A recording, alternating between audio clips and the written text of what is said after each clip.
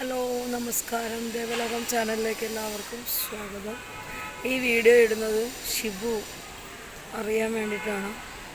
ഷിബു വിദ്യാറാണി അറിയാൻ വേണ്ടിയിട്ടാണ്. 2017 എൻ്റെ കയ്യിൽ നിന്ന് വാങ്ങിയിരിക്കുന്ന മുതൽ എൻ്റെ സ്വർണം വാങ്ങിയിട്ട് 2017 തൊട്ട് ഇത്രയും നാൾ എന്നെ പറ്റിച്ചിട്ട് ഇട്ടിരിക്കുന്നു. ഇതിനിടയിൽ ഇന്ന് തരാം നാളെ തരാമെന്ന് പറയുന്നു. എന്നിട്ട് അതായത് ഇപ്പം കാരയ്ക്കാമണ്ഡപം ശിവക്ഷേത്രത്തിലാണ് എന്ത് ചെയ്യുന്നത്, ഷിബു പൂക്കച്ചവടം ചെയ്യുന്നത്. അവിടെ ഇരുന്ന് പൂക്കച്ചവടം ചെയ്തിട്ട് ഞാൻ പോയി അന്വേഷിച്ചിട്ട് ഇപ്പം തരാമെന്ന് പറഞ്ഞിട്ട് ഒരു ശിവൻ്റെ നടയിലൊക്കെ വെച്ചിട്ട് പൂക്കച്ചവടം ചെയ്ത് ഒരാളെ പറ്റിച്ചിട്ട് നീ രക്ഷപ്പെടുമെന്ന് വിചാരിക്കേണ്ട.